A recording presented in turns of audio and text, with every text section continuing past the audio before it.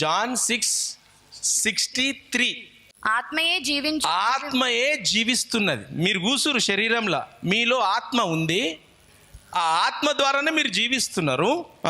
శరీరము కేవలము నిష్ప్రయోజనము. శరీరము నిష్ప్రయోజనం. ఎందుకనంటే మీకు ఆత్మ లేకపోతే ఏమవుతుంది? శరీరము నిష్ప్రయోజనం, ఎత్తుకొని పోతారు కదా. ఆత్మ లేదనంటే శరీరము నిష్ప్రయోజనం, ఎత్తుకొని పోవాలి. ఇక నేను మీతో చెప్పి ఉన్న మాటలు ఆత్మయు జీవమునై ఉన్నవి. కానీ మీలో విశ్వసించిన వారు కొందరే ఉన్నారని.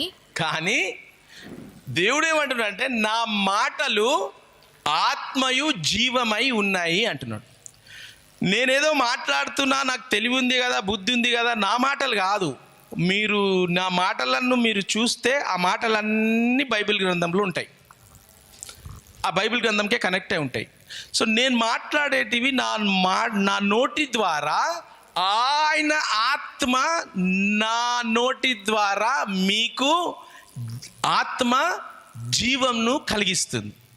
మీలో ఇప్పుడు ఒక నిరీక్షణ, ఒక ఆనందము, ఒక శాంతి ఉందా లేదా మీలో? ఇప్పుడు నేను మాట్లాడుతుంటే ఒక శాంతి వస్తుందా లేదా? ఎందుకనంటే ఆయన మాటలు నా నోటి ద్వారా పలుకుతున్నాను కాబట్టి, నా మాటలు కాదు, ఆయనవి నేను తీసుకొని మీకు చదివి వినిపించినప్పుడు మీ శరీరము నిష్ప్రయోజనమైన శరీరాన్ని ఆ ఆత్మ ప్రయోజనం చేసి జీవమునిస్తుంది. ఆ జీవమునిచ్చినప్పుడు సంతోషం, సమాధానం, ఆనందం. ఆ ఆత్మ పనిచేయాలి మనలో. ఆ ఆత్మ పనిచేయాలి అని అంటే మనము ఆయన ఉన్నాడు, ఆయన నన్ను తృణీకరించాడు, నన్ను యాక్సెప్ట్ చేస్తాడు, నా శరీరము నిష్ప్రయోజనము, ఆయన ఆత్మ నాలో వస్తే ఆ ఆత్మ నన్ను జీవింప చేస్తుంది అని మీరు నమ్మితే ఆ జీవం ఆత్మ నుంచి ఏమవుతుంది? నీ చెయ్యి పనిచేస్తుంది. ఎందుకంటే ఆత్మ నుంచి శరీరంలోకి రావాలా. శరీరము నిష్ప్రయోజనం. ప్రయోజనంగా కావాలనంటే ఆ ఆత్మ. ఎవరు ఆత్మ? పరం ఆత్మ. ఏంటి? మనకందరికి ఆత్మలు ఉన్నాయా? ఈ ఆత్మలకు పరం ఆత్మ అంటే హెడ్. మంత్రి ఉంటాడా? ప్రధానమంత్రి ఉంటాడా? మంత్రి పెద్దోడా? ప్రధానమంత్రి పెద్దోడా? మీ ఆత్మలకు పరమాత్మ యేసు ప్రభు దేవుడు. ఎప్పుడైతే ఆ పరమాత్మని నువ్వు పొందుకుంటావో, ఆ పరమాత్ముడు ఏం చేస్తాడు? నీ శరీరంలో ఊపిరి పూసి, నీకు శ్వాస ఉంది కాబట్టి ఆ చేతులు కదలనికి నీకు శక్తినిస్తాడు. నీ రాత్రి కళలు, దయ్యం కళలు వస్తుంటాయి కదా, ఏదో అనిపిస్తుంది నాకు, చీకటికి వస్తుంది, నా మీద కూర్చుంటుంది, ఛాతి మీద కూర్చుంటుంది, ఊపిరి రాదు, అది రాదు, నాకు సడన్గా చక్కెర వచ్చి పడిపోయినా, నాకు సడన్గా బీపీ లో అయిపోతుంది, నాకు సడన్గా పెయిన్ వచ్చిందిడా అని అంటావు చూడు. ఎప్పుడైతే ఆత్మ వస్తుందో ఆ ఆత్మ ద్వారా నిన్ను జీవింపజేస్తుంది. ఆ జీవము ఎప్పుడు వస్తుంది మనకు?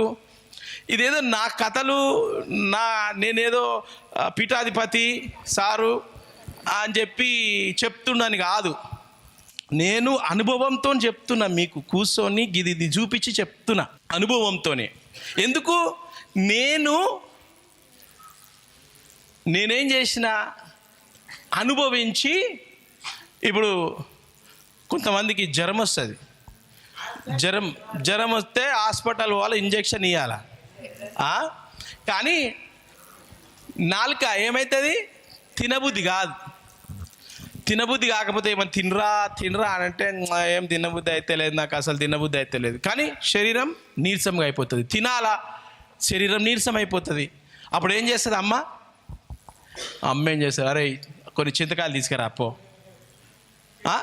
లేదనంటే పచ్చిమిరపకాయలు తీసుకురారా అంటది. పెట్టి మిరపకాయ చట్నీ, చింతకాయ చట్నీ, లేదనంటే ఆవకాయ, మామిడికాయ పచ్చడి పెట్టి ఉత్తన్నం, తెల్లన్నము గింత చింతకాయ పచ్చడి పెట్టి తింటే, అరే తినవన్నావు కదరా, ఇప్పుడే ప్లేట్ నిండా తిన్నావు అని అంటారు. ఎందుకంటే నీ నాలుక రుచి చూస్తేనే జ్వరం వచ్చినప్పుడు నీ నాలుకకు రుచి అందదు. ఆ నాలుక రుచి ఆత్మలో నాకు లేకుండే. ఎప్పుడైతే నేను దేవుడు నాకు దర్శించి నువ్వు వస్తావా నాతోని, ఉంటావా నాతోని, నిన్ను ఒక దేశంగా చేస్తా, దేశంలో ఉన్న వాళ్ళని అందరినీ మారుస్తా అని అంటే నాకు అర్థం కాలే, ఇదేంది రాబోయ్ అని. ఇగో దేవుడు 25 సంవత్సరాల యానివర్సరీ మా జీసస్ వేద అయిపోయింది, సిల్వర్ జూబ్లీ అయిపోయింది. 25 సంవత్సరాలల్లా వేల మంది పిల్లల జీవితాలు మారిపోయి ఒక్కొక్కడు బిజినెస్లు చేస్తున్నారు, ఒక్కొక్కడు టీమ్ లీడర్స్ అయిపోయినారు, ఒకడు ఏమో రియల్ ఎస్టేట్ చేస్తుండు, ఒకళ్ళు ఏమో రాజకీయ నాయకులు. ఇక్కడ మన ఊర్లోనే కొంతమంది రాజకీయ నాయకులు ఉన్నారు. చాలా డాక్టర్లు, ఓ ఇంజనీర్లు, ఏ పొలం పని చేసుకునేటోళ్ళు, ఎటో అమెరికా అది ఇది. అబ్బాబ్బాబ్బాబ్బా, అసలు నేను ఊహించలే. నేనేం చేసిన, నేను నమ్మి ఆయన చేతిలో నా చేయి పెడితే ఈరోజు కొన్ని జీవితాలు, సంసారాలు, చరిత్రలు మారిపోతూ ఉన్నాయి. అది నేను దేవుని ద్వారా చేస్తా ఉన్నా. ఎందుకు అని అంటే ఆయనను రుచి చూసిన నేను. ముందు తెలియదు, నేను కూడా పోతుంటే ఆడ మొక్కుతుంటే, ఈడ మొక్కుతుంటే, ఇది పోస్తుంటే, కొబ్బరికాయ కొడుతుంటే, ఓ ఇది బత్తి పెడుతుంటే, ఏమేమో చేసిన, ఇష్టం వచ్చినట్టు చేసిన. ప్రతిరోజు పోయి 11:30 అట్లా కూర్చొని పెడితే పులిగోర అన్నం పెడుతుండే. నేను చెప్పాను ఎక్కడ ఏం సంగతి అని, కానీ అవి తింటుంటే కూర్చొని ఆ పల్లీలు, దాంట్లో కొన్ని పల్లీలు శనగలు ఉంటుండే, ఏమంటారు మినపప్పులు, కూర్చొని తింటుంటే అవన్నీ చేసినాను నేను. కానీ ఎప్పుడైతే యేసుప్రభు నన్ను వచ్చి దర్శించి ముట్టిండో, నా చెయ్యి ఆయన చేతిలో పెట్టినానో, ఇగో ప్రపంచం మారిపోయింది. ఎందుకంటే నేను రుచి చూసిన తర్వాత నా ఆత్మలో ఆయన వచ్చి నా శరీరాన్ని, నా జీవితాన్ని, నన్ను యాక్చువల్గా ఒక 20 సంవత్సరాల ముందు చూస్తే ఇట్లా ఉండటోని కాదు. నేను చాలా పవర్ఫుల్గా అన్న కూర్చుని చూడు, ఎల్లో షర్ట్ వేసుకొని, ఆయన కంటే కొంచెం దారికార లెక్క ఉండే నేను. ఇంకా ఈ పిల్లర్ వెనకాల కూర్చున్నాడు మంచిగుండి, ఇట్లా నా ఫోటోలు చూస్తే గీననేనా కాదా అనుకుంటాను. దేవుడు వచ్చినప్పుడు ఏం చేస్తాడంటే నీ ఆత్మ, నీ ప్రాణము, ఆలోచన, నీ శరీరంని మార్చేస్తాడు. అది మార్చి నీ దగ్గరికి ఎవడెవడైతే వస్తాడో వాళ్ళని కూడా మార్చేస్తాడు. హల్లెలూయా. ఎందుకు అని అంటే ఇప్పుడు చదవండి, అది కీర్తనలు 34:8. 34 కీర్తనలు 8. యెహోవా ఉత్తముడని, యేసు ప్రభు ఉత్తముడని రుచి చూచి తెలుసుకొనుడి.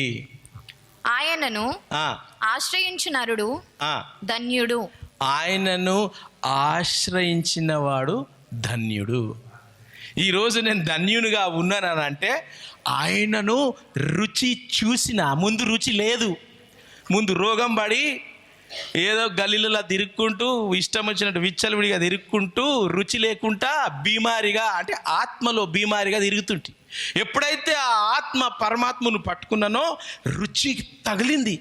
అబ్బా ఇదేంట్రా ఫీలింగ్, ఏదో నాలో దేవుడు ఏదో ముట్టిండు నన్ను అనే ఒక రుచి రాగానే, ప్రభువా ఇగో నా చేయి పట్టు. నేను వేస్ట్ ఫెలో కానీ నా జీవితము 30-40 వచ్చేంతవరకు ఏ పట్టాల కిందనో, ఏ ట్యాంక్ బండ్లోనో పడి తెచ్చేటట్టున్నా, నా జీవితాన్ని మార్చు అని అనగానే ఆ రుచి రోజు గింత చూపించి ఈరోజు ఇంతవరకు మిమ్మల్ని కూడా ఆ రుచి చూడాలని ఈ వాక్యము, ఆయన ఆత్మ మీ మనసులో వెళ్తూ ఉంది. ఎందుకు అని అంటే నేనే మారడం కాదు, నా జీవితం ద్వారా నీకు ఇంత మారడం కాదు, మీ జీవితాల ద్వారా డబల్ బెడ్రూమ్ కాదు, ట్రిబల్ రావాలా. మీ స్వస్థత కాదు, మీ పక్కనున్న స్వస్థత కావాలా. మీ ఇంటిలో కాదు, మీ కుటుంబం, వంశం అందరికీ ఈ యొక్క ఆత్మ, ఈ యొక్క శక్తి రావాలా. చాలామంది అంటారు ఈ కర్రె పుస్తకం అని. అది కర్రె పుస్తకం కాదు, అది మన జీవితం. కర్రె పుస్తకం లాగా మన జీవితం. ఆ కర్రె పుస్తకాన్ని ఓపెన్ చేస్తే రివర్స్ అయిపోతుంది, మన జీవితం తెల్లగా అయిపోతుంది. అందరు కర్రె పుస్తకం అని కర్రె పుస్తకం మీద పడి తిడతారు. ఆ కర్రె పుస్తకంలో ఏం లేదు. ఇప్పుడు నేను చదివిన ఏమైనా చెడ్డగున్నదా? అది ఏమైనా గలీజ్ మాటలు ఉన్నాయా? అవి గట్లాంటి మాటలే ఉంటాయి ఆ కర్రె పుస్తకంలో. మీద కర్రగా ఉంటుంది, లోపల దాని ఆత్మ ఏం చేస్తుంది అంటే నిన్ను స్వస్థతపరిచి, శుద్ధిపరిచి, నీతి కార్యాన్ని ఇచ్చి ఆయన ఆత్మను కుమ్మరించి నీ జీవితాన్ని కర్ర పుస్తకం నుంచి తెల్లగా నిన్ను మార్చేసి కంప్లీట్గా వేరే మనిషిగా నిన్ను మార్చేస్తుంది. ఆ శక్తి, ఆ బలము ఆ పుస్తకంలో ఉంది. అందుకు మన దృష్టి ఆయన మీద ఉంటే నీ డబల్ కాదు, ట్రిబల్ కాదు, నీ ఆరోగ్యం కాదు, నీ ఆర్థిక సహాయం కాదు, ఏదన్నా కానీ దేవుడు మీకు సహాయం చేస్తాడు. కాబట్టి నీ బలము, నీ శక్తి, నీ సామర్థ్యము ఆయన మీద ధ్యాస పెడితే మన జీవితాలు, నా జీవితం ఎలా అయితే మారిందో, నేను ఎలా అయితే రుచి చూచి ఎరుగుడి యేసు ప్రభు ఉత్తముడు అనే నేను ఇప్పుడు మీకు చెప్తున్నా. నా జీవితం ద్వారా మీరు మారాలా? మీరు ఇద్దరికన్నా అన్నం పెట్టండి. ఇద్దరికి పెట్టినట్లయితే ఒక రోజు వస్తుంది 10 మందికి పెడతారు. 10 మందికి పెడితే 50 మందికి పెట్టే స్తోమత దేవుడు నీకు ఇస్తాడు. అది ఎట్లా ఇస్తాడు? మాకు లేరు కదా, మాకు అమెరికా లేదు కదా, మాకు యూరోప్ లేదు కదా, అవసరం లేదు. నాకెవ్వరు లేరు. చాలామంది నెల కాగానే అమెరికా పోతుంటారు. నేను అసలు గీనే ఉంటాను. నాకు అసలు ఇష్టమే లేదు అమెరికా పోవాలని. ఆడ పోతే నాకు మళ్ళీ ఎప్పుడు రావాలి రాబోయ్ అని చెప్పి అనుకుంటా ఉంటా. అమెరికా కాదు ఆశీర్వదించుడు, దేవుడు నువ్వు ఎక్కడ నుండని ఆశీర్వదిస్తాడు. ఎట్లా ఆశీర్వదిస్తాడో నీకు తెలియదు. కాకి ఎత్తుకొచ్చి కవర్ని ముందేసేస్తుంది గట్ల చేసి.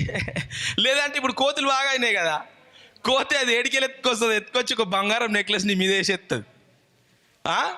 నువ్వు కట్ట తీసి కోతి అనగానే బంగారం తీసి అది నిన్ను కొడుతుంది పట్టమని. అరే ఇది ఏంద్రా, నేను దాన్ని కొట్టడానికి పోయినా, అది నన్ను బంగారం చేయంతో కొట్టింది ఏంద్రా అబ్బాయి అని చెప్పి బంగారం కోతి తెచ్చిచ్చే సామర్థ్యము దేవుడు చేయగలుగుతాడు. సో నేనేమంటున్నాను అంటే, ఈరోజు చెప్పేది, మీరు ఉన్న స్తోమతలో నుండి నెక్స్ట్ మెట్టు మీరు రావాలా. అర్థమైందా? ఫస్ట్ ఫ్లోర్ ఎక్కాలని అంటే ఒక స్టెప్పు, ఒక 10 స్టెప్పులు ఎక్కితే ఫస్ట్ ఫ్లోర్ పోతాం. 10th ఫ్లోర్ ఎక్కాలనగానే ఇట్లా పెట్టి కాలు పెట్టి ఇట్లా 10th ఫ్లోర్ మీద పెట్టొచ్చా? సో మీరందరు నేను చెప్పంగానే సార్ నేను ఇట్లా చేసేస్తాను కాదు.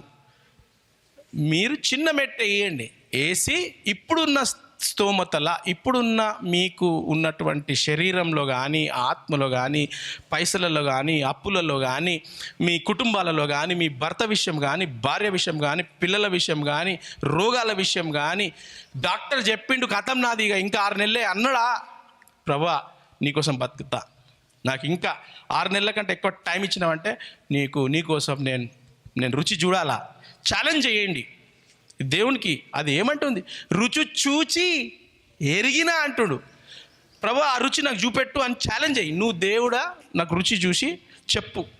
సార్కి చేసినావంటాను, మరి దేవుడు అందరికి సమానం చేస్తాడు కదా, నాకు కూడా చూడు. అర్థమైందా?